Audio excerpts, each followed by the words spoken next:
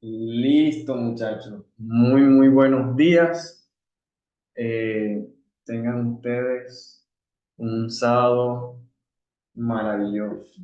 ¿Sí? El día de hoy vamos a dar inicio al cuarto y último encuentro sincrónico de la asignatura, en donde vamos a tocar algunos temas jurídicos que giran en torno a la gestión ambiental, pero más específicamente al uso de los recursos naturales. Por ende, se van a trabajar con una serie de permisos eh, de tipo ambientales que están muy ligados a las actividades económicas que se realizan en la mayoría de los sectores, digamos, de las áreas laborales en donde muy seguramente ustedes ya se encuentran o se van a encontrar en el futuro, ¿sí? Que son válidos para proyectos, digamos, de infraestructura, proyectos de tipo industrial, proyectos comerciales, cierto sector de la industria de servicios, el sector de la industria transportista, entre otros, ¿sí? Entonces, la clase de hoy va a ser bastante breve, considerando de que, bueno, ya hemos abarcado cierta temática y si el tiempo lo permite, podemos profundizar o tocar nuevamente algunos aspectos de la matriz, por si algunos, que según entiendo, todavía tienen cierta dificultad. No obstante, a partir del martes, es decir, un día antes de la... Si a partir del martes, un día antes, al partir del martes creo que es posible programar otro encuentro para pulir detalles al respecto. Ya los temas relacionados con el examen ya, digamos, están claros. Si hay alguna duda, pueden hacerla por el foro de dudas. También, pues, el grupo de WhatsApp y por el correo también son válidos. Y bueno, creo que la mayoría de los que han tenido la oportunidad de escribirme y de contactarme, he intentado ser muy oportuno con las respuestas y mostrarles mi mayor interés y disponibilidad. Eh, bueno, listo muchachos. Entonces, les tengo preparada unos slides, una pequeña presentación muy sencilla que nos va a permitir, digamos, ilustrar algunos puntos en relación a la temática a trabajar. Algún estudiante me hizo el comentario de pronto de la sencillez con las diapositivas en que trabajo, pero bueno, ya es un tema muy personal. Soy una persona muy sencilla. Listo, muchachos. Semana número 8, encuentro sincrónico 4, unidad 3. Sistema de gestión ambiental, permisos y la base legal que ampara en términos jurídicos los permisos ambientales. Para el que tenga alguna duda, aquí está mi correo, mi nombre completo y ya tienen mi número. Listo, muchachos. Vamos a hablar el día de hoy sobre los trámites y servicios ambientales. Como les comentaba en un inicio, esta temática es importante porque la mayoría de las actividades o en los proyectos, obras o actividades en los que ustedes se van a encontrar inmersos dentro de su rol como profesional, seguramente van a ser empresas o proyectos en donde se va a hacer algún tipo de uso de los recursos naturales o que de alguna forma se va a tener cierto contacto con, digamos, con los elementos jurídicos que regulan las temáticas medioambientales a nivel de Colombia, ¿sí? Estos elementos son Profe, universales. qué, qué pena, profe, usted está compartiendo pantalla. Sí, ¿no se ve? Pues no me sale, no sé si seré yo. Tampoco se ve. Ok. No, No, se- señor, no sale, no está Listo, compartido. muchachos, muchas gracias por la observación. ¿Me comentan? ¿Ya? sí, Ahora señor, ya. Ahora sí. Ok, disculpen. Bueno, miren la hoja de presentación, ahí se encuentra mi correo, mi nombre, tiene mi número de teléfono. Pueden contactarme también por los mensajes de la plataforma, ¿sí? Y bueno, A ver, este mensaje, buenos días, profesor, tengo un problema con el micrófono. Cuestionario 90 puntos, grupo 2. Ok, Laura. Bueno, en un momento revisamos y miramos a ver. Listo. Entonces, les decía que vamos a trabajar la temática de hoy de trámites y servicios ambientales relacionados con el uso de los recursos naturales. ¿Sí? Estos, digamos, considerando que los recursos naturales hacen parte del corazón que son la base o la materia prima que sustentan la mayoría de proyectos en donde ustedes muy seguramente se van a encontrar dentro de su ejercicio profesional. ¿Sí? Entonces, considerando este aspecto y que es transversal a la gestión ambiental y por ende a la gestión integral de las empresas, vamos a tocar muy, digamos, superficialmente estos temas para que ustedes tengan un campo de conocimiento amplio y les permita articularse con los demás sistemas de calidad y de gestión ambiental. ¿Sí? Entonces, siendo esta la premisa de la temática del día de hoy, empezamos. A ver, estos permisos ambientales van acotados, dirigidos directamente al uso de los recursos naturales, ¿sí? Entonces, para efectos de esta diapositiva, que se hagan, digamos, más fáciles de segmentar, hice una pequeña división en función del recurso natural al cual se le hace aprovechamiento, iniciando, como no puede ser de otra manera, por el recurso agua. Para el recurso agua, hay aproximadamente 7 tipos de permisos ambientales que aplican para los proyectos, según diferentes condicionantes, ¿vale? Entonces, vamos no a tratar los siete permisos o autorizaciones, porque definitivamente los 7 no hacen necesariamente uso del recurso, ¿sí? Entonces, vamos a tocar, digamos, los que son más importantes y los que sé que seguramente dentro de su quehacer profesional van a ustedes a tener contacto. Bueno, el primer permiso, les hago un enlistamiento rápido. Tenemos el permiso de prospección y exploración de aguas subterráneas, el permiso de concesión de aguas subterráneas, el permiso de concesión de aguas superficiales, el permiso de concesión de aguas de usos especiales, para usos especiales, permiso de estudios de recursos naturales o recurso hídrico, permiso de vertimiento y autorización de ocupación de causa. Siendo esto, vamos a siendo eso, los permisos como tal que más nos interesan corresponden principalmente a las concesiones de agua, ya sean subterráneas o superficiales, y el permiso de vertimiento, ¿sí? Que serían los que vamos, digamos, a desarrollar con un poco más de profundidad. No obstante, voy a, digamos, a comentarles muy superficialmente los otros permisos. Permiso número 1, permiso de prospección y exploración de aguas subterráneas.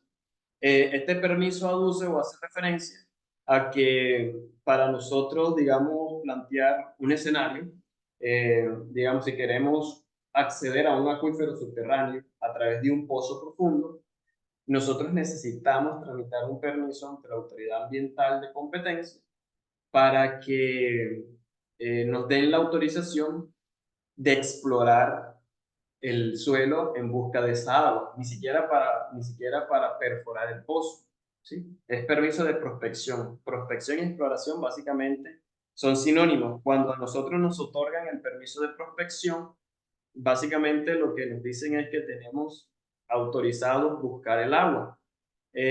A nivel técnico, el agua se busca a través de diferentes métodos que existen, como lo puede ser un sondeo eléctrico vertical. También existen tecnologías un poco más avanzadas como lo son las geotomografías, entre otros. Listo. Ese permiso como tal no nos interesa tanto porque digamos que dentro de nuestro ejercicio profesional no va a ser demasiado común que ustedes tengan contacto con este tipo de, digamos, de circunstancias. No obstante, si llegan a tener algún tipo de contacto en relación a la temática, ya es un tema, eh, digamos, de competencias principalmente de un especialista ambiental, ya es un ingeniero ambiental, un biólogo o algún profesional del campo de las ciencias naturales. Listo, ahora sí vamos por el permiso. Bueno, vamos a descartar el 4, el 5 y el 7 y luego entramos a profundizar en los que nos interesa. Los permisos de concesiones de aguas especiales, vamos a colocarlo en amarillo.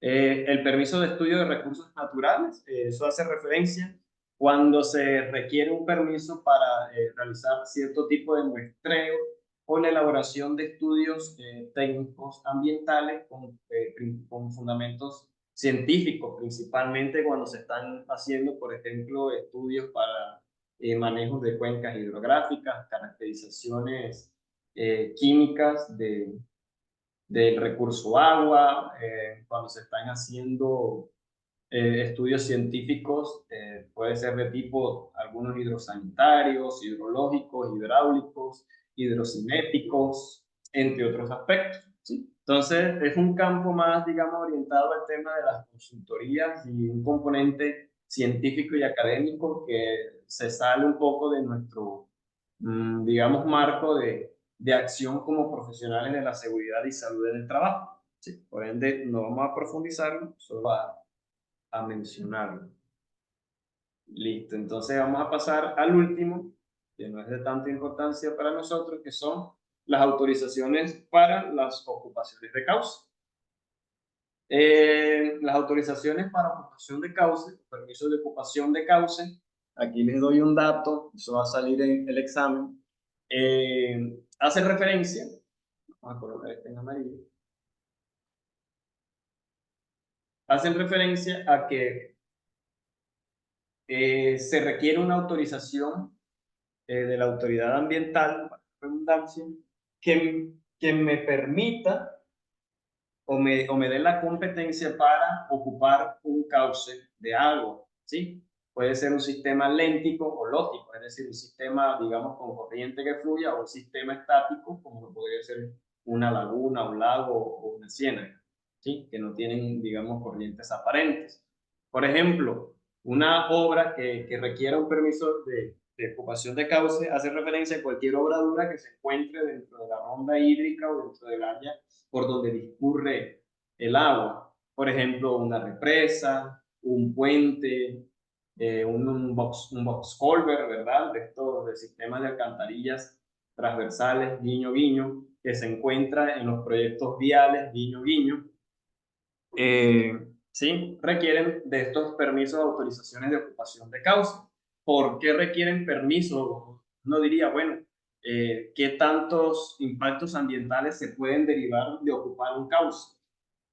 Pues resulta que los ríos y los sistemas, aunque sean lénticos, tienen una hidrodinámica muy específica, en donde una obra o un objeto sólido de infraestructura rígida que oponga cierta resistencia digamos, al flujo habitual de una corriente, puede generar un desbalance hidrosedimentológico, puede de pronto en algunos casos producir aquietamientos o serenidad de ciertas láminas de agua, digamos facilitando en algunos casos que se pierda cierta cantidad de oxígeno disuelto que se mete en el agua por el movimiento, ¿sí? Por ese contacto directo que existe entre el viento y el agua y por el movimiento, digamos, las aguas se oxigenan.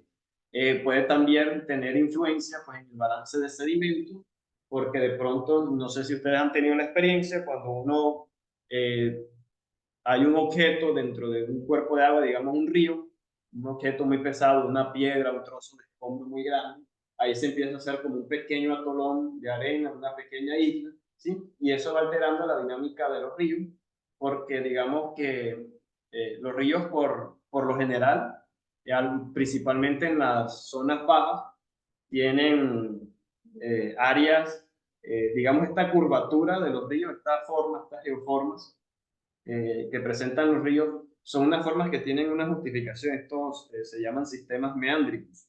Estos sistemas meándricos se dan porque existe algún objeto que le representa resistencia al río, ¿sí? Y que en función de las condiciones de corriente, se puede, digamos, sortear este objeto o no, generando en algunos casos ciertas problemáticas, como lo puede ser un desvío parcial de un brazo del río, o, bueno, dependiendo de la dimensión, un desvío total de una corriente, ¿sí? Generando problemas eventualmente como lo podría ser una inundación, el paso del río por un área por donde no debería pasar, erosión sobre las márgenes de los bordes de los ríos, las zonas laterales, eh, lo contrario a la erosión que sería la sedimentación de las otras áreas, ¿sí? Entonces, por eso es importante este permiso o autorización de ocupación de causa, ¿sí? Que es aplicable para muchas o la mayoría de obras que intervengan sobre un cauce, ¿vale? Entonces, ahora sí vamos a entrar a aquellas que hacen uso directo del recurso, como lo son como lo son las concesiones de agua, tanto superficiales como subterráneas, y el permiso de vertimiento. Entonces, bueno, aquí tenemos el slide que hace la referencia a la... A minimizar esto un poquito. Que hace la referencia...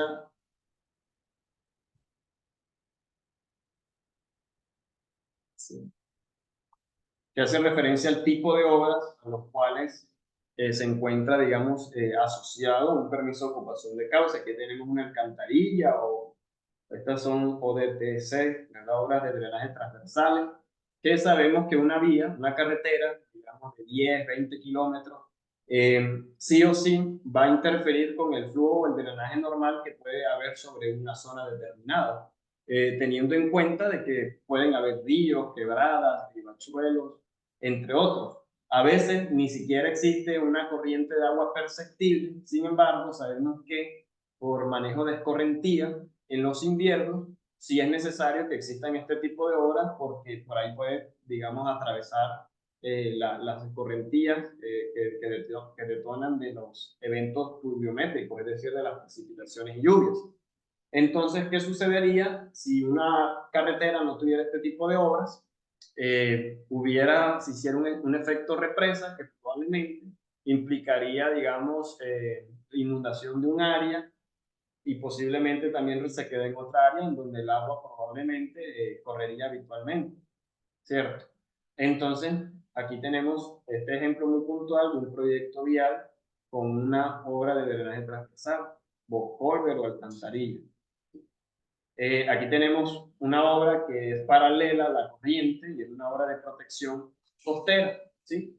Esta obra de protección costera pues tiene una intención radicalmente diferente porque esta lo que quiere es permitir el flujo y esta lo que quiere es contener el flujo, tal vez para evitar inundaciones, entre otro tipo de situaciones. Entonces vemos que a pesar de que son obras diferentes, comparten en común que corresponden a obras duras que de una u otra manera, digamos que positiva o negativamente, están interfiriendo con el flujo ordinario del agua. Siendo esta, digamos, la situación, por eso se hace necesario que se tramite el correspondiente permiso de ocupación de cauce. Este permiso aplica también, digamos, para una bocatoma, que lo que va a hacer es extraer el agua para un acueducto, para un puente, para... ¿qué más podría hacer? Una bocatoma, un puente. Herbert. Pero es solamente como para agua, digámoslo, aguas quietas. No, no. Yo les comentaba de que el permiso aplica para cuerpos de agua lénticos y lóticos.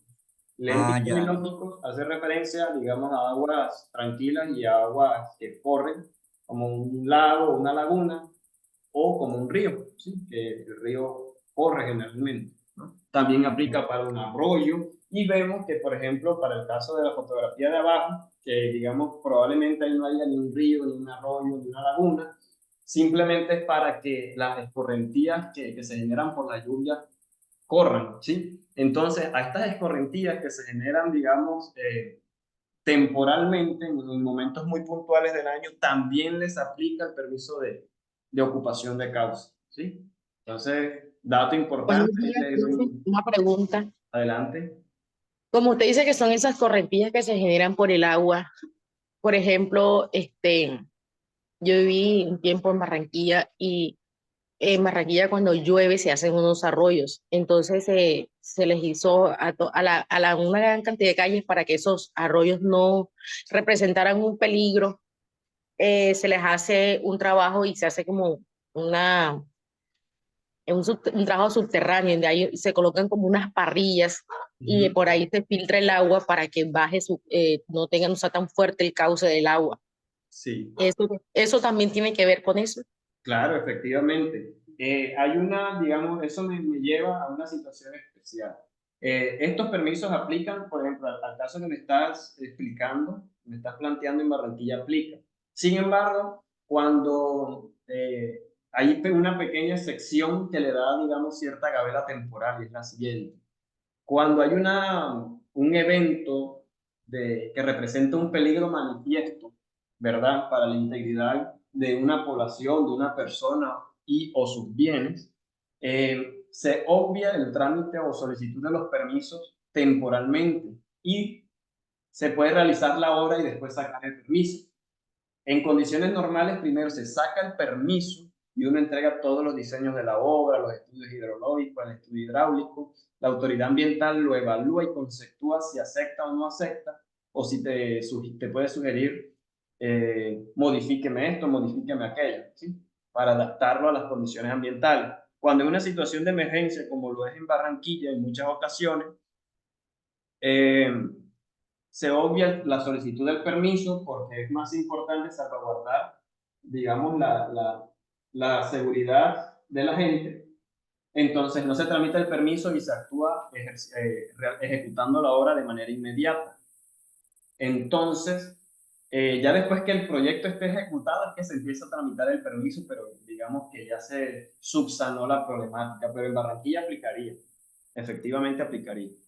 Ok, acá en Fundación pues también se da el caso, ya no, porque para las temporadas también de lluvia el río se desbordaba y todas las personas que estaban aledañas al río, que tienen sus residencias aledañas al río, pues Ujú. obviamente sufrían el flagelo de las inundaciones.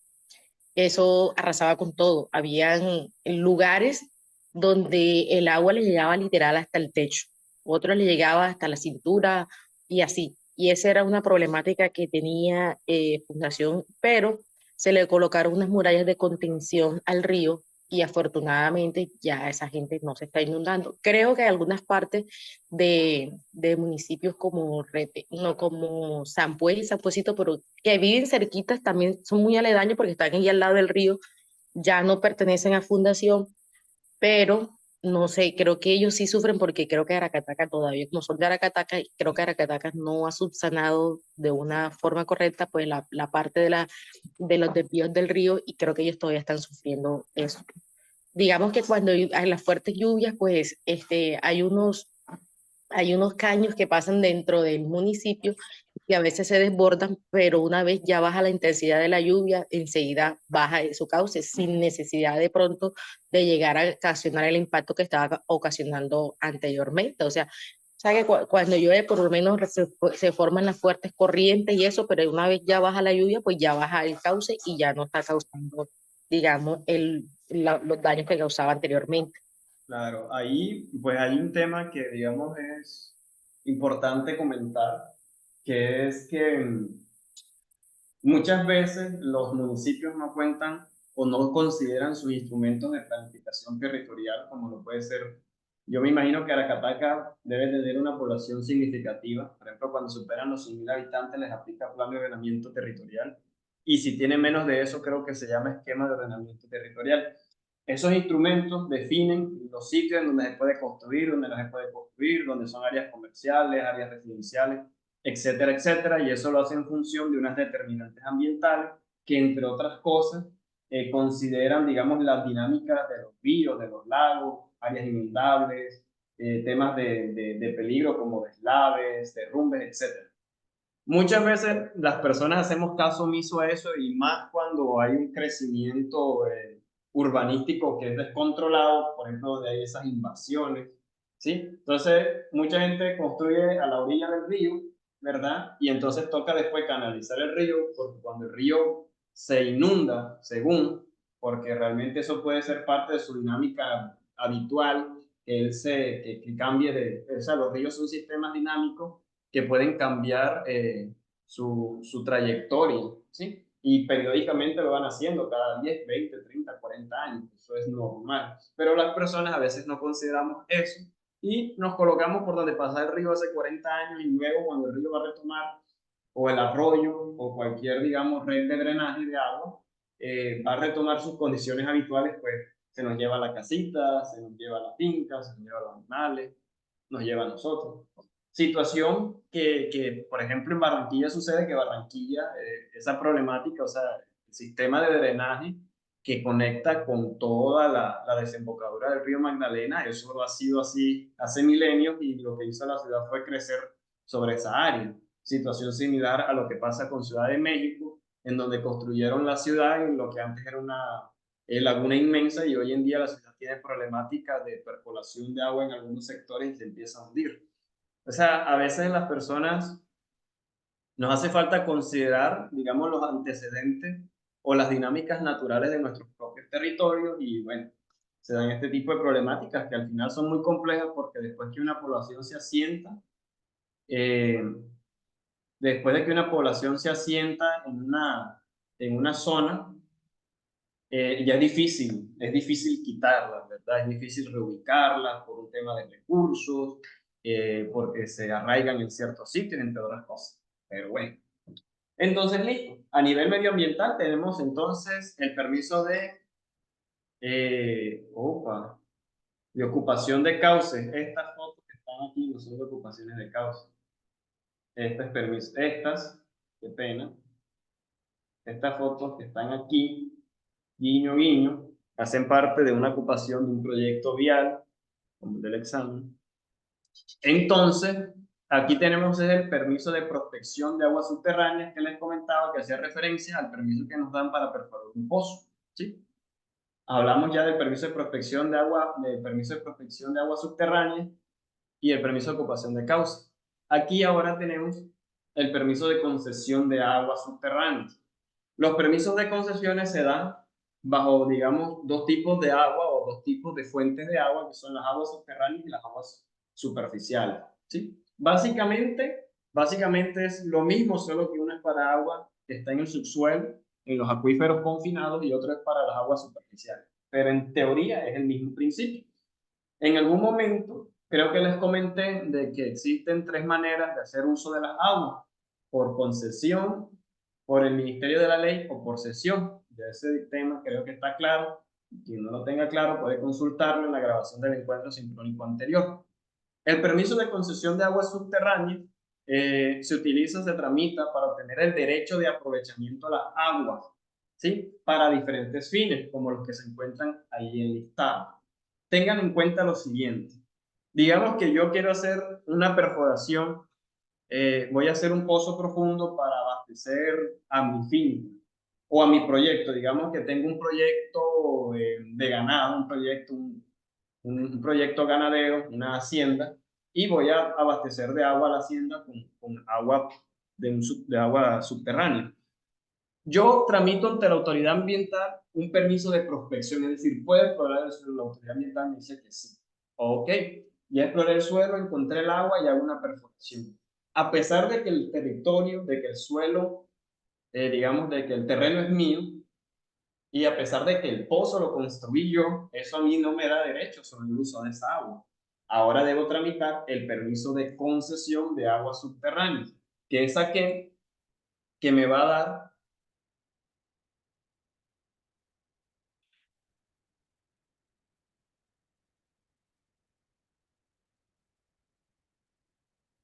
es interesante lo que dice Herbert. Ahora lo desarrollamos. Es un permiso, ¿verdad? Que aplica para hacer uso del agua, ¿sí? uso del agua. Es decir, el pozo puede ser mío, el terreno puede ser mío, pero yo aún así no estoy autorizado para hacer uso de esa agua. Si hago uso de esa agua es ilegal. Entonces, sabemos que el agua es un insumo indispensable para un sinfín de actividades económicas, para aquellos que trabajan en una bananera, para aquellos que trabajan en proyectos industriales, para aquellos que trabajan en, no sé, en proyectos agropecuarios, agrónomos, mineros, petroleros. Sabemos que el agua es transversal a todo eso, ¿sí? Entonces, ¿qué pasa? ¿Qué pasa con este apartado? Mira, aquí se enumeran, por ejemplo, abastecimiento doméstico, ¿sí? Si usted va a hacer abastecimiento doméstico y va a construir el pozo, necesita. Si usted está en el sector de riego silvicultura, necesita. Para abrevaderos, cuando se requiere derivación, se necesita para uso industrial, para explotación minera, explotación petrolera, generación geotérmica, también generación hidroeléctrica, recreación y deporte, usos medicinales u otros similares, ¿sí? Entonces, básicamente para la mayoría de actividades económicas que requieran de agua, se necesita una concesión. Hay una situación que se tiene que acotar y es la siguiente. Si yo tengo una empresa que, digamos, se ubica, un momentito, Adi. Si yo tengo una empresa, déjame termino de consolidar la idea. Una empresa que se ubica, digamos, en el casco urbano de Santa Marta, ¿verdad? Que es nuestra ciudad de referencia. Y mi empresa está debidamente conectada a la tubería de agua potable, de la empresa que me presta el servicio. Yo no necesito tramitar ningún permiso de concesión, porque yo voy a hacer usufructo del permiso de concesión que ya debería tener el acueducto, ¿sí? Y que de alguna manera yo le estoy pagando, compensando a través de mi factura al acueducto. En ese caso, yo no necesito el permiso de concesión, ¿sí? Pero si yo estoy, digamos, en una área, digamos, rural o donde no llega la cobertura del acueducto y yo voy a sacar el agua de un pozo o voy a desviar un río, una acequia, ¿verdad? Sí necesito el permiso de concesión para hacer uso del agua y que salga a mi nombre o nombre de mi empresa dependiente. Adelante, Alice. Hola, docente, ¿me escucha bien? Pues claro que sí, fuerte y claro. Bueno, no, la pregunta mía es con respecto a, no con temas de actividad económica, sino, por ejemplo, acá en la costa, más específicamente en Montelíbano, Córdoba, acá casi que todas las casas tienen pozo y hay pues tanque elevado para poder sacar el agua del pozo, porque el agua que nos da el municipio, hay muchas casas donde no sube, sino es por horarios. Entonces yo le pregunto, cuando es este caso, no se tiene que tramitar nada, porque pues acá todas las casas, uno simplemente ve la opción y si puede sacar un pozo, pues simplemente lo hace y ya. Oh, Esa era la pregunta, gracias. listo. Bueno, esta situación, digamos, el tema de los permisos ambientales, digamos que tiene más que todo un enfoque administrativo, por eso atañe principalmente a las empresas, ¿sí? Por lo que les comentaba anteriormente, en la clase anterior, de que las corporaciones autónomas, las autoridades regionales, son más que todo entes de control administrativo. Y como si uno hace un pozo en la casa de uno, digamos que va por allá es la CBC, o no me acuerdo cuál es que es en Córdoba. Sí, Bueno, acá es la CBC, la CBC. la CBC, ok, digamos que va a la CBC, que es la autoridad de competencia allá, y listo, llega a tu casa, ve el pozo, dice, bueno, ese pozo es ilegal y le pone su cintica de que está clausurado, ¿sí? Yo cuando la corporación se vaya, yo quito la cinta y vuelvo y pongo mi bomba y saco mi agua, porque como ellos son un ente administrativo, solo pueden tomar medidas administrativas y yo como persona, digamos, natural, porque probablemente no tengo ni cuenta de banco, me rebusco trabajando como, no sé, como mecánico en un área, o sea, no hay nada realmente que me puedan hacer. Entonces, esas medidas, digamos, o las corporaciones son hasta cierto punto conscientes de ese tipo de situaciones y lo que hacen es establecer planes pedagógicos para generar conciencia, pero saben que de alguna manera no tienen la condición de obligar a la población en general a que tramite ese tipo de recursos, además de que eso sería insostenible realmente. Y que bueno, cuando una persona perfora un pozo para su uso, digamos, su uso doméstico, ¿verdad? Para satisfacer sus necesidades, está en pro de unas condiciones de dignidad, ¿sí? De tener su casa limpia, de tener agua para el consumo, de poder bañarse, lavar su ropa. Entonces, no son situaciones que per se generen una sanción. Es una situación riesgosa porque el hecho de perforar pozos eh, profundos, un pozo profundo no solamente es el punto de salida del agua subterránea, sino que es un punto de entrada de contaminantes, porque una de las ventajas que tienen las aguas subterráneas es que, pues al estar confinadas, es más difícil que se contaminen. Entonces, al tener muchos pozos abiertos en muchas partes, puede suceder que yo puedo tener mi pozo en unas condiciones que no son apropiadas y por ahí puede entrar algún tipo de contaminante, ¿sí? Entonces, por ese lado, digamos, existe esa dualidad en ese tipo de problemáticas. Pero en términos jurídicos, la persona debería solicitar el permiso. En términos prácticos, eso es inviable, ¿sí? Es digamos, el paradigma que hay entre la normativa aplicable, entre la normativa escrita y la normativa aplicable. No siempre la norma que se escribe se aplica, ¿sí? Eso es una situación que sucede. No obstante, hay otra salvedad y es que esto aplica cuando son pozos profundos y la norma define un pozo profundo con una serie, digamos, de características muy específicas. Primero, a pesar de que diga pozo profundo, no necesariamente la profundidad es un criterio, sino, por ejemplo, que utilice una bomba sumergible, que sea como una especie de pozo industrial. Pero si usted construye en su casa un pozo de 5 o 10 metros, una aljibe que usted cavó con una pala, ¿sí? Un pozo de esos anillados, eso no requiere permiso, ¿sí? Eso no requiere permiso.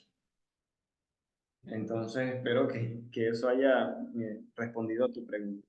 Ana, adelante. Ok. Bueno, profe, con respecto a esos permisos, cuando ya, por ejemplo, en mi empresa tramita el permiso, ¿esos permisos tienen alguna fecha de vencimiento? ¿Tienen que renovarlo? ¿Cuánto tiempo? Bueno, esa es una muy buena pregunta. Y de ese tipo de aspectos debería estar encargado quien coordine el área, digamos, de gestión ambiental. Y si el área de gestión ambiental de la empresa está adscrita digamos, un área de gestión integral, pues quien coordine el área de gestión integral. Probablemente algunos de ustedes en un futuro. Cuando usted tramita un permiso de concesión de agua, la corporación define el periodo mediante el cual le da ese permiso, le da esa concesión y le dice, bueno, se lo voy a dar por 5 años, por 10 años. O sea, ellos realmente son autónomos de definir bajo su análisis eh, cuál es la periodicidad o cuál es el plazo por el cual le dan ese permiso. También cada permiso ambiental tiene unas obligaciones y los permisos de concesión de agua, pues aparte del pago de la TUA, que es la tasa por uso de agua que ya les comenté, que generalmente se paga trimestral, uno tiene que producir, o la empresa debe producir, un informe que generalmente también es semestral, se llama ICA, Informe de Cumplimiento Ambiental. Entonces, en ese ICA ese ICA va a estar integrado dentro del plan de saneamiento básico de su empresa, si su empresa lo tiene. No sé si ustedes recuerdan que los planes de saneamiento básico de la empresa toman en cuenta el abastecimiento del agua, ¿verdad?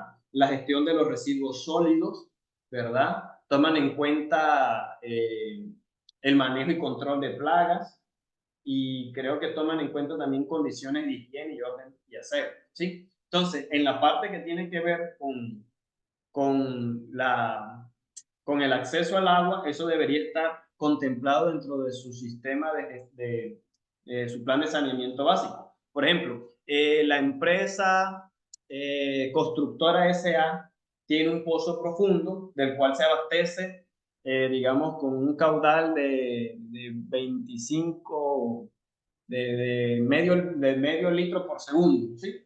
Entonces, tiene unas medidas, la autoridad ambiental le va a proponer unas medidas como de seguridad, le va a decir, oiga, usted tiene que sellar bien el pozo, tiene que verificar que no tenga nada alrededor que le pueda generar un peligro ambiental, evitar en lo posible que exista un derrame cerca, que exista, digamos, un vertimiento de algún tipo de agua residual doméstica o industrial, tiene que hacerle una limpieza al pozo, tiene que monitorearlo, hacer remuestreos de agua. Todos esos elementos, ¿verdad? Que por supuesto hacen parte del plan de saneamiento básico, también se consignan en el informe de cumplimiento ambiental en el ICA que usted va a entregar semestralmente.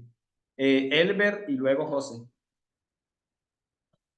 Profe, ahí también cuando los pozos de pronto son tomados para uso industrial y para uso doméstico, ¿no?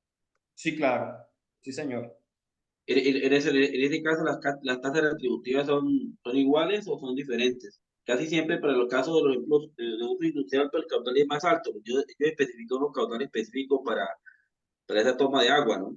Sí, claro. Es que, a ver, este aspecto de las tasas retributivas, que realmente es plata que cobran, digamos que por lo general siempre el valor de la tasa retributiva es mucho más bajo de lo que vendría a ser pagar la factura del agua. O sea, digamos, el agua en general viene, digamos, bastante a bajo precio, por un lado. Pero sí, por lo general las autoridades ambientales consideran, digamos, quién es la empresa, qué tipo de actividad realiza, para tasar un valor, ¿sí? De momento no existe unos términos de referencia que permiten establecer una tasa. Entonces, como le dije, la autoridad ambiental es autónoma tanto en establecer el costo de la tasa retributiva, la vigencia del permiso, la periodicidad con la que se entrega el informe de cumplimiento ambiental ICA.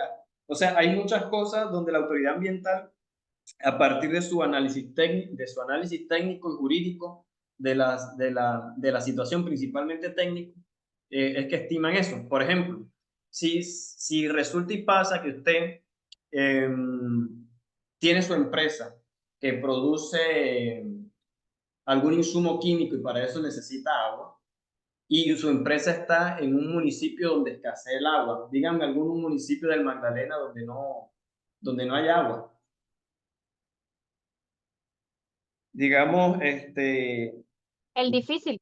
bueno, listo, el difícil. Usted tiene su empresa Tasajera. en el difícil o en Tasajera, ¿verdad? Usted tiene su empresa allí, entonces la autoridad ambiental dice, ok, en esta zona hay muy poco acceso del agua.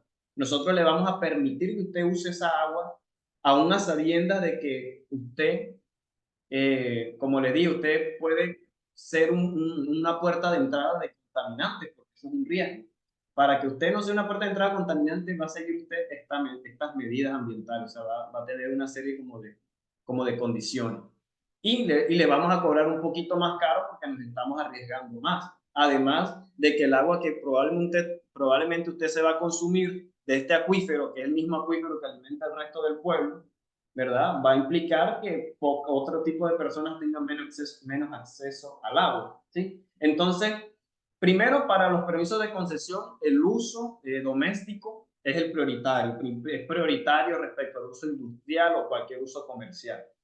Entonces, si usted tramita un permiso para una concesión de uso doméstico, tiene más posibilidad que se lo entreguen que si es para uso industrial. Sin embargo, como les dije, la autoridad ambiental, a fin de cuentas, en su análisis que haga, dependiendo de la disponibilidad de agua y lo que realmente a ellos se les ocurra, porque también va muy a criterio del profesional, hay unos que son más suaves con las medidas y otros que son sinceramente exagerados en ese apartado, por no decir otra cosa. Hablo por algunas experiencias personales, ¿no? Tiende uno a tienden a hacer o a plantear tasas retributivas, frecuencia en los informes de cumplimiento ambiental y otras medidas de manera muy indiferente, ¿sí? Lo que me tocó a mí con mi permiso probablemente no le toque a otra persona. ¿Sí? Probablemente le toque más fácil o más difícil. Eso es muy relativo. Adelante, José. Buenos días, ¿me escuchan? Por supuesto que sí. Bueno, buenos días, bueno, profe. Bueno, el tema, así como había dicho, como comentaba el compañero y la compañera, el tema de los, por ejemplo, municipios, corregimientos, Por ejemplo, se hizo un centro recreacional, un centro, una casa campo. No hay, digamos, esa facilidad de obtener agua, un corregimiento o municipio, siempre alejado. ¿Qué ente regulador o dónde pues, se puede buscar estos permisos para un pozo Bueno, y qué vigencia de tiempo? bueno, como les comentaba, la vigencia del tiempo depende de la autoridad ambiental y las autoridades ambientales ya están definidas. Vamos a ver si podemos consultarlo, ¿verdad? Las autoridades ambientales se definen por el tipo de actividad y por un tema territorial, así como las gobernaciones, muy similar. Generalmente es por departamentos. Por ejemplo, en La Guajira, Corpo Guajira, en Magdalena, Corpo Magdalena, en el Cesar, Corpo Cesar, en el área de La Mojana, la CDC y así. Vamos a ver, jurisdicción.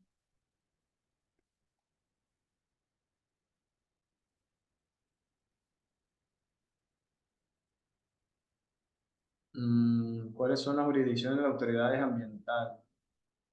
Lo que es, por ejemplo, Arauca, Casanare y parte de Boyacá es Corporinoquia.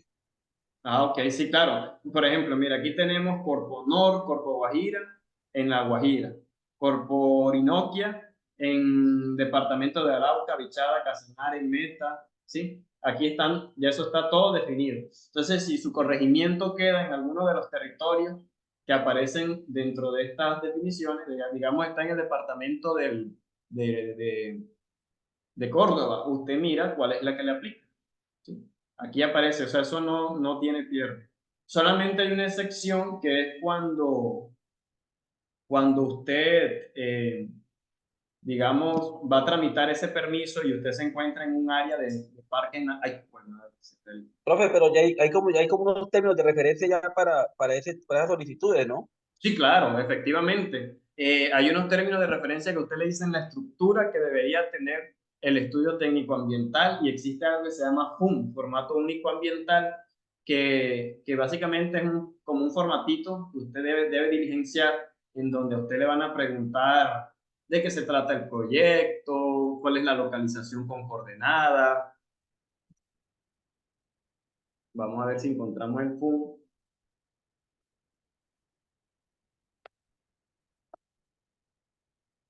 Entonces, usted diligencia ese FUM o ese papel y le toca realizar o conformar un estudio técnico también.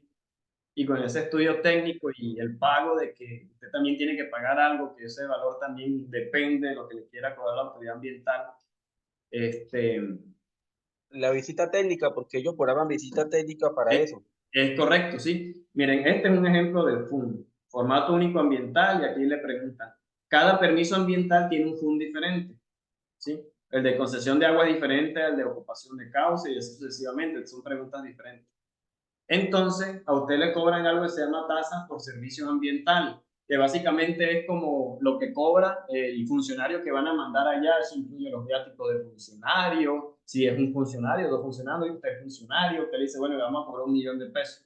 El hecho de que usted le cobren ese recurso no significa que usted le van a dar el permiso. Probablemente el funcionario va, usted le paga sus honorarios y sus viáticos y todo lo correspondiente y al final le dice que no, ¿sí? No es garantía de nada, pero es parte del procedimiento, ¿vale? Entonces, el tema de la jurisdicción de la autoridad ambiental, con quien usted tenga competencia, usted tiene que ubicarse busquen en internet, así como hicimos ahorita, y ahí le aparece la tabla en donde seguramente usted se encuentra, ¿sí? Diligencia el FUM, tiene que solicitar la liquidación del servicio, y esperar que la autoridad ambiental va a sacar un acto administrativo en donde va a abocar conocimiento de su solicitud y después que ellos hagan eso, tienen que programar una visita, le notifican a ustedes esa programación, usted recibe el personal, lo atienden, ellos hacen su análisis y dependiendo de lo que ellos encuentren y conceptúen, es que básicamente van a otorgar o a negar el permiso. La autoridad ambiental tiene la obligación de pronunciarse positivo o negativamente. Si guarda silencio, están incurriendo digamos, en una infracción, pero ya eso no es tanto ambiental, sino es un tema que se encuentra dentro de lo contencioso de lo administrativo, ya es un tema Profe, pero eso se toma también como así como un derecho de petición, 15 días hábiles, o cómo es cuánto es el tiempo de ellos. Bueno, dicen que los entes públicos tienen 15 días hábiles para responder, eso establece el manual de lo contencioso administrativo, pero en la realidad ustedes entienden cómo son todos esos procesos con las alcaldías, gobernaciones. Se da un silencio administrativo, en pocas palabras. Sí, y generalmente un silencio administrativo implica que le dan el lado a quien solicita. Por ejemplo, si usted solicita un permiso y se quedan callados, es que se lo están dando, ¿sí? Como el que calla otorga. Sin embargo, en temas ambientales, aplica algo que se llama el principio de precaución. Entonces, cuando hay silencio administrativo, se entiende que es un no, hasta que se pronuncien oficialmente, ¿sí? Por el principio de precaución. Y esos son temas de los principios que rigen la jurisdicción ambiental, la legislación ambiental, que es bastante diferente respecto a lo que es la normativa penal y administrativa. Ahí hay unos principios diferentes. Pero bueno, entonces, ese fue el permiso de concesión de aguas subterráneas y este es el permiso de concesión de aguas superficiales que básicamente, palabras más, palabras menos, aplica exactamente lo mismo, ¿sí? Solamente que lo que cambia aquí es, digamos, la disponibilidad o no, más bien la accesibilidad de la fuente de donde se está captando, donde se pretende más bien hacer la captación del agua. Muchachos, se me olvidaba, miren, debajo de cada diapositiva aparece la normatividad en donde está establecido. Esto que yo les pegué aquí, este texto, no es información que yo me esté inventando ni que yo haya leído y le esté colocando lo que entendí. Esta es información textual extraída de la normatividad que les voy citando. En este caso, el decreto 2811 de 1974 y el decreto 1541 del 78. ¿Sí? Entonces, para que tengan ahí presente, si requieren hacer algún tipo de consulta, recuerden que lo ambiental, absolutamente todo está escrito. Bueno, el permiso de concesión de, un momentico que se me apagó la pantalla, el permiso de concesión de aguas superficiales, vamos a ver si podemos pasar al otro permiso, un momentico. Ok. El permiso de vertimiento, este es muy importante para ustedes porque muchas empresas, muchas industrias, muchos sectores de la economía generan vertimientos y son inherentes a la actividad que realizan, ¿sí?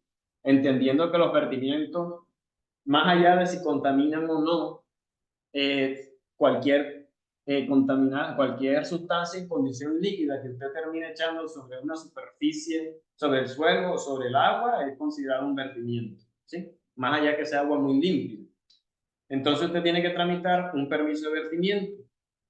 El permiso de vertimiento también tiene unas obligaciones, de hecho tiene muchas más obligaciones, es probablemente el permiso más complicado de obtener y de tramitar, ¿sí? Porque a nivel técnico tiene un montón de información que se solicita y es información muy especializada que no todo el mundo maneja, como lo que puede ser la modelación matemática de un vertimiento. Adelante. ¿No? Y que el tema de vertimiento también es el tema de que cumplir unos parámetros específicos para poder ser vertido. Si no cumple los parámetros, pues puede ser sancionado. O sea, no puede ser vertimiento, pero puede tener sanción al momento que lleguen a comprobar que de pronto no cumple con los parámetros. Y hay que tomar los vertimientos aguas arriba y aguas abajo del cuerpo de agua para de alguna manera para garantizar que esa agua no está afectando, teniendo en cuenta la carga, la carga del agua residual hacia el cuerpo de agua. Bueno, eso, bueno, sí, lo que dice Elber es muy cierto, pero de pronto hay que hacer cierto tipo de precisión. Uno, generalmente cuando hace la solicitud de un permiso de vertimiento, uno hace una modelación ambiental del vertimiento porque se supone que uno está virtiendo el agua, o perdón, que se supone que uno está solicitando el permiso antes de cometer la falta. Entonces, como uno no ha echado el vertimiento, uno no sabe exactamente con qué condiciones bioquímicas va a entrar el vertimiento al cuerpo receptor.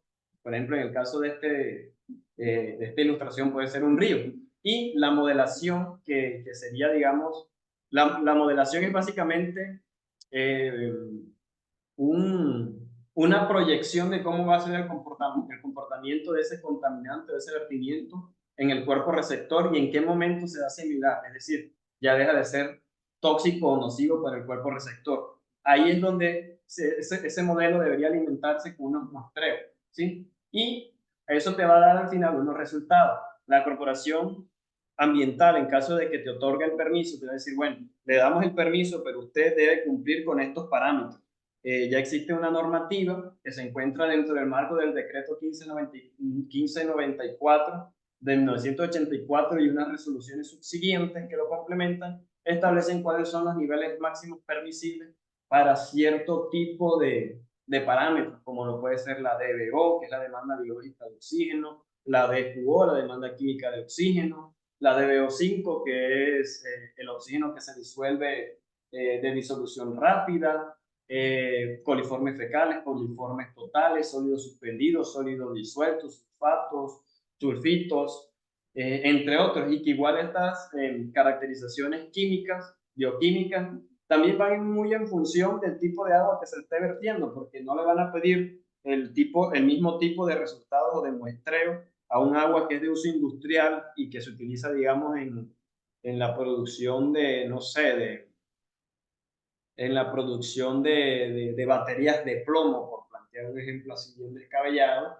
que lo que puede ser un agua residual doméstica que viene de una laguna de oxidación de una planta de tratamiento, ¿sí? O sea, no van a aplicar los mismos parámetros porque efectivamente un agua que viene con plomo probablemente no tenga coliformes fecales, es decir, bacterias de popó, ¿verdad? Pero seguramente van a ir con una cantidad de tóxicos mucho más fuertes, ¿sí? Entonces, no va a salir en cero en coliformes fecales, pero tiene el plomo digamos, a 200 miligramos sobre litro, una cosa extremadamente tóxica, ¿sí? Entonces, estos parámetros varían muy en función de la naturaleza del vertimiento y es por eso que es importante que en las visitas o en esa evaluación ambiental que hacen en las visitas técnicas, el funcionario vaya, mire el sistema, evalúe y pues haga todas las revisiones que les compete, ¿sí? Entonces, en algunas corporaciones, esos funcionarios no saben mucho.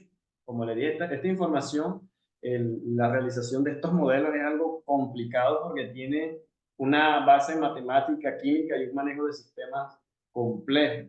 Y no todo el mundo evalúa experiencia propia, que uno presenta ciertos modelos con unos estándares y una rigurosidad técnica muy elevada, pero el funcionario que hace la evaluación y que conceptúa realmente no entiende ni siquiera lo que usted le está presentando y como no entiende niega el permiso. Puede pasar. Listo, este es el permiso de vertimiento. Ahora, muchachos, pasamos a recurso bosque o biodiversidad y está el permiso de aprovechamiento forestal de bosque natural, aprovechamiento forestal de árboles aislados, de flores silvestres, de registro y aprovechamiento forestal por salvoconductos y permiso de recolección de especímenes y permiso de caza. Vamos a ignorarlo porque no, digamos, no está muy... Profe, no está mostrando Profe, sí, eso iba a que decir queda en yo. permiso de concesión de agua superficial. Exacto. Nada, sí, un momentico, ya verifico. ¿No ven nada? Se ve la diapositiva, la de permiso de concesión de aguas superficiales. Qué raro. Bueno, voy a dejar de compartir y presento nuevamente. Ustedes me comentan si... ¿Pueden ver ahora? Sí, señor. Ok. Recurso bosque y biodiversidad. Presten atención, guiño, guiño. Vamos a mirar aprovechamiento forestal. Cuando el aprovechamiento forestal son varios, son diferentes.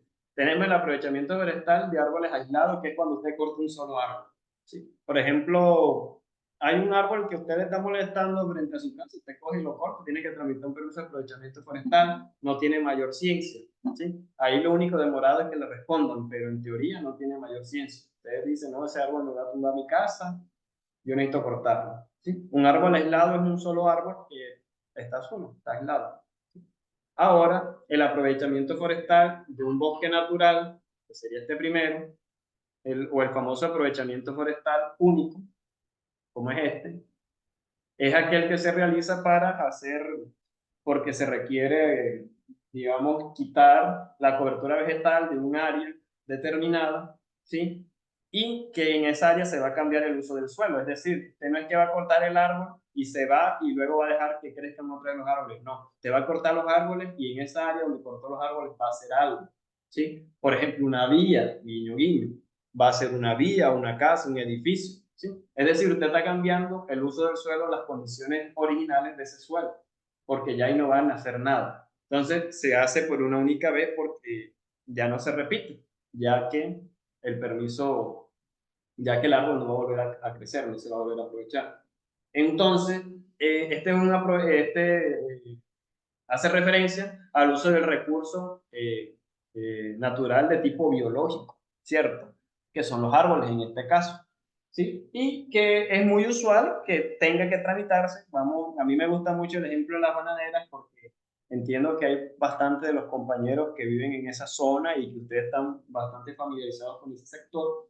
Por ejemplo, si yo voy a construir una bananera de 400 hectáreas, pero mi área está llena de árboles de diferentes tipos, ¿verdad? Árboles silvestres, pero yo no quiero ningún árbol silvestre, yo solo quiero banano. Entonces yo tengo que quitar todos esos árboles y si bien voy a sembrar otros árboles, son diferentes a los que estaban originalmente. Entonces necesito este permiso de aprovechamiento forestal único, ¿sí?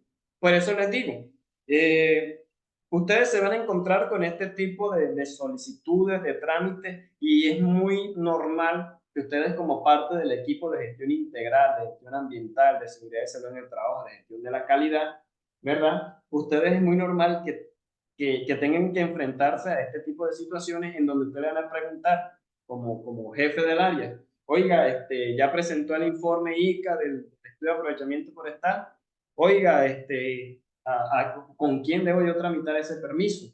O usted va a hablar con el ingeniero ambiental de la empresa y necesitar estar al tanto porque necesitan unificar cierta información, ¿sí? Entonces les digo, esta información es importante que ustedes la conozcan y la manejen un poco.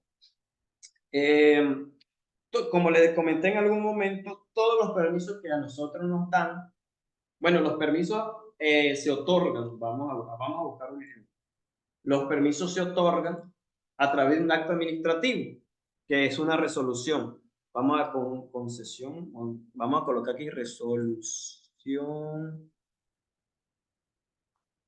concesión de aguas por Guajira, para ver si sale algún papel de eso. Bueno, miren, ustedes colocan, miren, aquí, esta es una resolución. ¿Están viendo mi pantalla? Qué pena. No, profe. No. Ok, un momentico.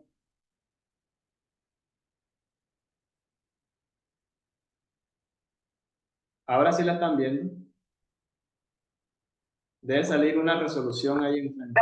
Sale ahora. Sí, sí. Ya Ok, salió. miren. Este es un ejemplo de un permiso. Ustedes le van a emitir un acto administrativo, ¿verdad? En calidad de resolución. La codificación ya depende del ente. Entonces le va a decir por el cual se otorga un permiso. Este es un permiso de concesión de agua. Mire, por el cual se otorga un permiso de concesión de aguas superficiales para ejecutar un proyecto cuyo objeto es el mejoramiento de la vía que comunica los corregimientos de tales sitios, La Guajira, y se dictan otras disposiciones. Entonces tiene una parte, todas las resoluciones cuentan con una parte considerativa, que básicamente es como hacer el resumen o el recuento del proyecto, en qué consiste el proyecto, en qué consiste el permiso. Y al final, la parte más importante, por ejemplo, miren aquí, aparece quiénes son los solicitantes del permiso, bien identificados, que son de la empresa Mega Obras, en este caso, y aparece dónde están solicitando la concesión. Miren, van a solicitar la concesión de este cuerpo de agua, juntan las fotos, ¿sí? Y aquí, miren, carro tanque, tipo para captación y conducción y distribución del agua. O sea, van a sacar el agua a través de un carro tanque. ¿Vale? Aquí muestran la ruta que va a usar el carro tanque, la revisión de los documentos de información.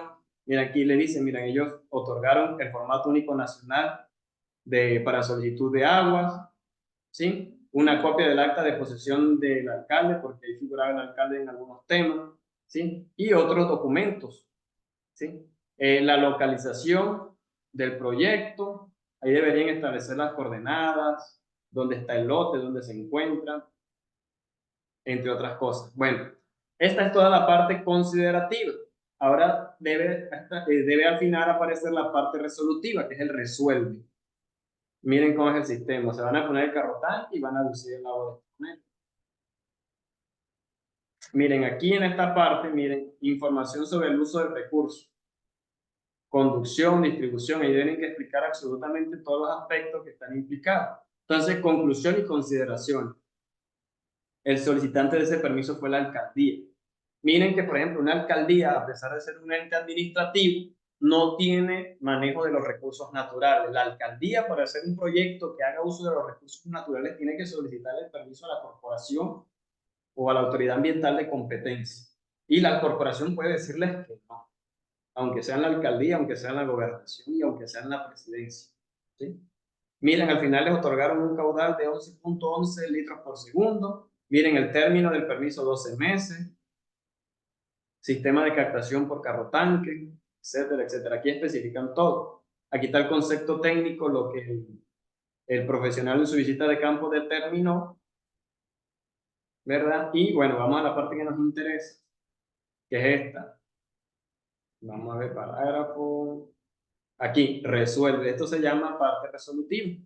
Entonces, generalmente, el primer artículo, la parte resolutiva, es que después de toda la cháchara que revisamos, va a decir, ¿otorga o no otorga? Entonces, primero, artículo primero, otorgamos permiso de concesión de agua superficial. Y aquí explica lo demás, ¿sí? Puede decirle, se niega permiso de concesión de agua superficial. Y aquí explica el caudal, el régimen, miren que va a ser para un uso industrial, ¿sí? Y aquí tienen unas, digamos, salvedades, que son los parágrafos. Y en esta parte resolutiva también debe aparecer unas medidas de manejo. Bueno, miren, por ejemplo, aquí el artículo tercero dice, bueno, el artículo segundo dice que el término de vigencia del permiso son 12 meses, ¿sí? Porque probablemente ese proyecto, obra o actividad la manden para 12 meses. Y el artículo tercero dice, en virtud de lo anterior, el municipio de Fonseca, La Guajira, identificado con el NICTAC, deberá dar estricto cumplimiento a las siguientes obligaciones. Y aquí empiezan a enumerar todas las obligaciones. Por ejemplo, el usuario deberá aprovechar el agua con eficiencia para los fines propuestos y no exceder el caudal de concesión. Presentar a Corpo Guajira para su aprobación dentro de un plazo de 6 meses contados a partir de la ejecución de la presente resolución el programa de uso eficiente y ahorro del agua, PUEA, Plan de Ahorro y Uso Eficiente del Agua. Si usted, su empresa, tiene un permiso de este tipo y le solicitan que formule este documento, usted tiene que formularlo e integrarlo a su plan de saneamiento y su plan de saneamiento básico y integrarlo en la parte que tiene que ver con el uso del agua, ¿verdad? A la parte que tiene que ver con el sistema de abastecimiento, con la calidad de agua, entre otras cosas. ¿Sí? O sea, esto no puede estar suelto ni desligado. Miren qué dice otra imposición. El poseedor de la concesión debe mantener elementos relacionados con la captación del agua en condiciones adecuadas, minimizar el uso de agua, adoptar medidas de uso eficiente y ahorro del agua, ajustarse al régimen. Vamos a ver si hay alguno interesante. Miren, aquí le dice, preservar la calidad de las aguas, cuidar y mantener la vegetación y la protección de la misma. O sea, ya usted se hace responsable de estos temas. Por ejemplo, ¿cómo usted preserva la calidad de agua? Usted primero tiene que tomar un muestreo de las condiciones físico-químicas del agua antes de que usted empiece con la concesión para saber cómo estaba el agua antes. Y se supone que durante y después que usted termine de utilizar esa agua, el agua no debe cambiar su composición química. Y si cambia su composición química, usted debe probar que cambió por una situación externa a la concesión de agua que usted, o al uso del agua que usted le está dando. ¿Sí? Entonces, miren, o sea, le impusieron 16, 10, 15 ¿cómo es? Imposiciones, ¿verdad? 15 medidas de manejo. Le dicen, si el usuario desea renovar la concesión otorgada, debe hacerlo con antelación antes de la finalización de la concesión vigente. ¿Sí? Y aquí hay otros artículos. Pero miren, este es un ejemplo bien clarito de cómo es, de lo que es un acto administrativo, una resolución por la cual se otorga un permiso. ¿Sí? A usted siempre le tienen que emitir una resolución final en donde el artículo 1 de la parte resolutiva sí o sí va a ser otorgamos el permiso o no otorgamos el permiso. Entonces, exactamente igual pasaría con el permiso de aprovechamiento forestal, ¿verdad? Único, ¿sí? A usted le va en la parte resolutiva, le va a decir, por ejemplo, usted por cada árbol que cortó debe sembrar 20 árboles en tal sitio. Entonces, si usted cortó 10.000 árboles, usted sabe que tiene que sembrar 20 por 10.000, o sea, unos 200.000 árboles, ¿sí? Y debe mantenerlos hasta que tenga ciertas condiciones. Este muchacho aquí está haciendo algo que se llama medición del DAP, que es medición del diámetro del árbol a la altura de su pecho, que es más o menos 1,50 m. ¿Sí? ¿Por qué? Porque con este dato uno tiene que estimar algo que se llama potencial forestal o potencial maderero, que es ver cuánta madera tienen en esos árboles, y en función de cuánta madera tiene el árbol, pues a uno le toca pagar unos sobrecostos y unos temas más, entre otras cosas. ¿Sí? Entonces, listo, el permiso de aprovechamiento Profe, forestal. para establecer el volumen que se va a aprovechar, ¿no? Que es para también para tener en cuenta todo el volumen que se va a aprovechar, y sobre eso pues ellos establecen la cantidad de árboles que debe sembrar. Exactamente, así La es. De combinación. hecho, dentro de usted, cuando va a solicitar el permiso de aprovechamiento forestal, al menos en el caso del único, que generalmente es para muchos árboles, usted primero tiene que hacer un inventario forestal, que es que contrata usted un equipo de ambientales y agrónomos. Yo participé en muchos en su momento, y ese equipo se encarga de caracterizar el árbol, o sea, determinar su taxonomía, identificar qué tipo de árbol es, cuál es el volumen forestal que tiene a través de la medición del DAP, cuál es el alto del árbol, cuál es su localización. O sea, cada árbol de esos se marca y se le coloca una coordenada a través de un sistema de GPS, y luego uno arma un documento con una base de datos en Excel en donde aparece cada arbolito, a qué familia pertenece, a qué nicho y sus condiciones fisiosanitarias, como si está enfermo, si tiene hongo, si no tiene hongo, si ya está viejo, si se está muriendo, si es joven. También hay una clasificación, por decirlo así, por la edad, que si son fustales, brinzales o lapizales, siendo los fustales los más, digamos, fuertes y viejos, y los brinzales los más pequeños, y los lapizales como árboles intermedios. Eso lo determina la altura y el diámetro del tallo. O sea, hay muchísimos parámetros a tener en cuenta dentro de un inventario forestal, y dentro de muchas cosas, en las conclusiones del inventario forestal te va a decir si el bosque es viejo o es joven y qué tan rápido se recupera el bosque. Todo eso son insumos técnicos que los técnicos de las autoridades ambientales evalúan y dicen, ok, este bosque se va a recuperar, no se va a recuperar, vale la pena darles el permiso, no vale la pena darles el permiso. De pronto los beneficios económicos que deja el proyecto no compensan el impacto ambiental, que sería la tala de los árboles, ¿sí? Y eso puede frenar un proyecto bananero, puede frenar un proyecto de una vía. Muchas veces a las vías les toca coger curvas raras para desviar una zona donde hay mucha vegetación, porque el permiso está muy complicado de tramitar, no se lo van a dar, y buscan una zona que esté más desprovista para cortar menos árboles. También el hecho de que a usted le toque sembrar más árboles que lo que usted corta, y yendo al tema de las medidas de manejo ambiental, que en este caso sería una medida compensatoria, eso sale muy costoso, porque a usted le toca sembrar los árboles. Si digamos usted cortó 1.000 y le toca sembrar 5.000, sembrar 5.000 árboles, echarle agüita y cuidarlos hasta que tengan cierto tamaño. Generalmente le ponen uno que superen los 3 metros, y eso se puede tardar, dependiendo del árbol, unos 2 años, 3 años. Sostener un proyecto de esa magnitud durante tanto tiempo es extremadamente costoso. Entonces, este es un permiso bien complejo, es bastante complejo, ¿sí? Pero que ustedes deben tener en cuenta todas estas implicaciones, principalmente aquellos que estén dentro del sector agroindustrial. Adelante, Elber. No, profe, que por ejemplo también con ese tema, los propietarios de las fincas donde deben cumplir unas condiciones, que tiene que estar pegado a un cuerpo de agua, un área de exclusión, no es cualquier parte donde se hace la siembra de árboles, deben cumplir unos parámetros para poder sembrar los árboles. Y adicionalmente, doña, la finca no puede, porque muchas veces lo que pasa es que siembran los árboles y mucho árbol maderable, y luego el dueño de la finca quiere tumbar eso, o sea, talarlo nuevamente. Entonces Sí, ahí sí. vienen los problemas. Ellos quedan limitados a ciertas condiciones y la corporación en cualquier momento puede ir a revisar eso. Sin Exactamente. embargo, esas corporaciones prácticamente es una caja menor para los mismos gobernantes, porque eso es un negocio, todo eso ya es un negocio. Bueno, ahí el tema, eso, bueno, vamos a aclarar punto por punto. Lo que tú estás diciendo es muy cierto porque dentro de la parte resolutiva usted le puede decir, usted debe conservar el bosque que va a sembrar por 10 años y usted en esos 10 años prácticamente esa tierra no es suya, usted no puede cortar ni medio arbolito de ahí y como todos están identificados, ¿sí? Eso es complicado.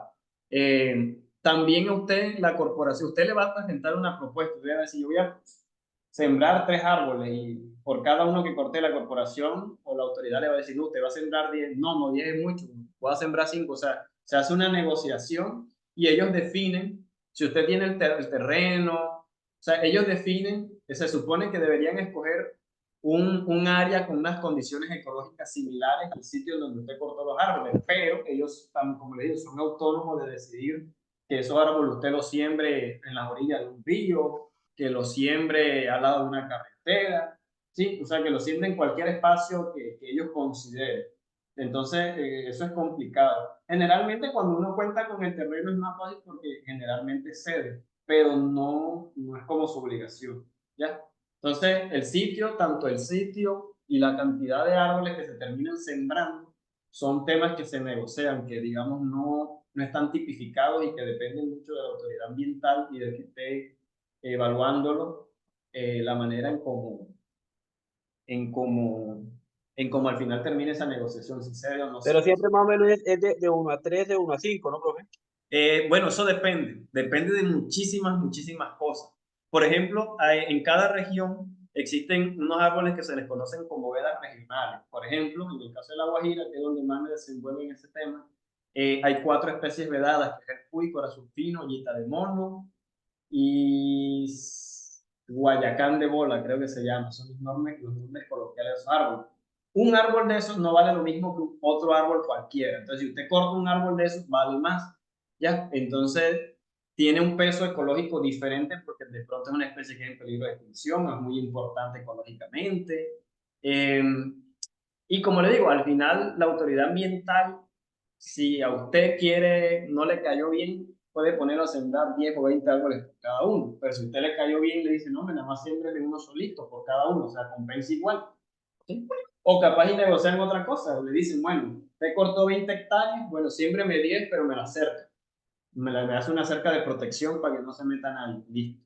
Usted me lo va a mantener por 10 años, me lo va a mantener por 3, oiga, no, con que me lo siembre es suficiente. O sea, hay muchísimas cosas, como le digo, eso depende mucho de la negociación. Ahí usted debe, digamos, asesorarse de unos técnicos bien jalados, que manejen bien el tema y que sepan negociar esas cosas. Sí. Eso es complicado, esos temas son complicados. Durante mis años como consultor, eh, yo no soy tan joven como parezco y tengo un montón de canas y muchas de esas canas las saqué en esas negociaciones. Bueno, muchachos, pasamos radicalmente a otro medio que sería el recurso aire y sería el último de importancia para nosotros. Este está muy ligado, muy ligado. Cuando ustedes vieron seguramente la asignatura de medición y muestreo ambiental, en donde ustedes trabajaron o buscaron elementos como temas de la calidad del aire, estudios isocinéticos, cómo de pronto se toman ciertas muestras, cuáles son los equipos. Bueno, están muy relacionados los permisos de emisiones ambientales, los permisos de fuentes fijas principalmente. Bueno, es un permiso que usted tiene que tramitar cuando usted cuenta con una chimenea que tiene cierto tipo de emisiones, ¿sí?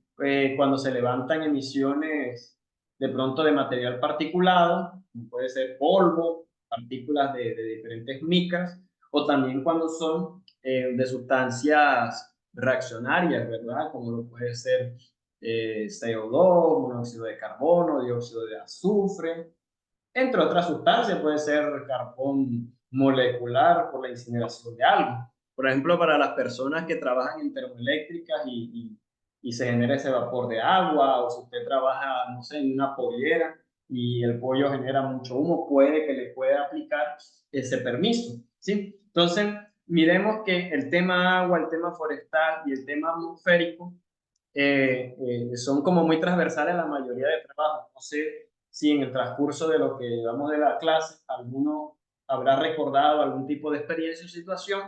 Ya ustedes están familiarizados un poco más con estos permisos. Cada uno de estos permisos tiene unos aspectos técnicos bien interesantes a considerar que son muchísimos más profundos. Yo se lo toco de manera, digamos, un poco superficial porque también entiendo que no es su campo de profundidad y que ajá, ustedes siempre van a estar trabajando en equipo con otros profesionales, pero es fantástico cuando el personal de seguridad y salud en el trabajo tiene un conocimiento amplio y puede trabajar de manera articulada y sabe de todo un poco, ¿sí? Puede trabajar de manera articulada con otros profesionales y más si son de sus áreas afines, como lo puede ser el especialista de la calidad, como lo puede ser, no sé, el ingeniero ambiental o especialista ambiental, como lo puede ser no sé, el encargado, bueno, los encargados o profesionales de la seguridad y salud en el trabajo. Y bueno, muchachos, yo creo que con esto concluimos la última diapositiva. Muchas gracias por su atención, muchos éxitos en su camino. Para mí ha sido un gusto inmenso acompañarlos y compartirles un poquito del escaso conocimiento que tengo del tema. Eh, Tienen mi número, mi correo, muy presto a colaborarles en lo que esté a mi alcance. Y no, muchachos, adelante. Espero topármelos en algún momento en el quehacer profesional, cuando todos ustedes estén ejerciendo en plenitud su carrera. Y bueno, no siendo más, se abre el espacio para preguntas. Tenemos 10 minuticos para... Adelante, Laura. Profe, la pregunta que le había hecho al principio, la de que a mí no me sale el cuestionario, ya Ok. pude arreglar el audio para decir, recordarme. Listo, entonces voy a dejar de compartir y voy a revisar. Porfa, Laura, El recuérdame. grupo de Sí, dos. el grupo, ok, ya un momento. Ya cerré accidentalmente. Grupo 2. Bueno, muchachos, mientras voy buscando aquí, comenten cómo les pareció la asignatura. Profe, de mi parte a mí me ha encantado muchísimo la temática, porque es un tema, bueno, un área desconocida y le abre a uno el campo de visión para identificar otro tipo de riesgos, no solamente los de seguridad y salud en el trabajo, sino más los ambientales, los aspectos, los impactos. A mí me gustó mucho, mucho, mucho y cómo usted lo abordó y siento que aprendí muchísimo. Ok, Eso se lo agradezco Profe, muchísimo.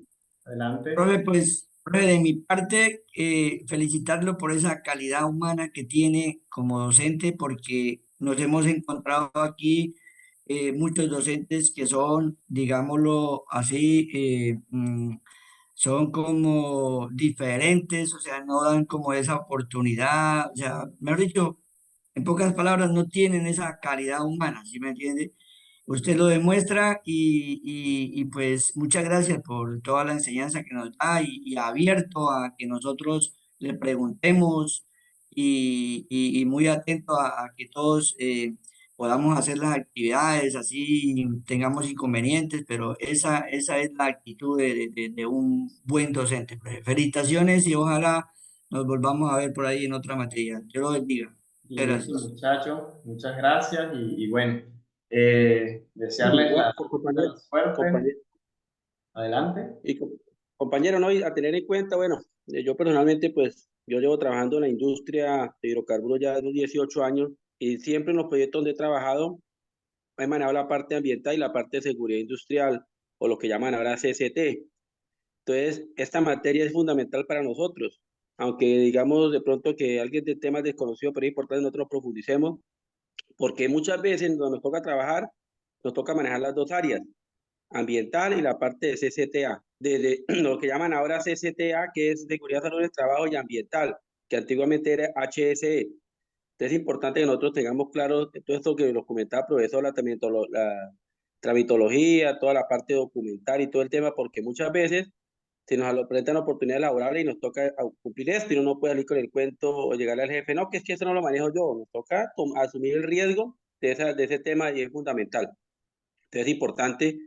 Y yo inicialmente, yo también soy, pues, soy ingeniero ambiental y pues tengo el conocimiento y yo cuando entré a trabajar en la industria manejaba la parte ambiental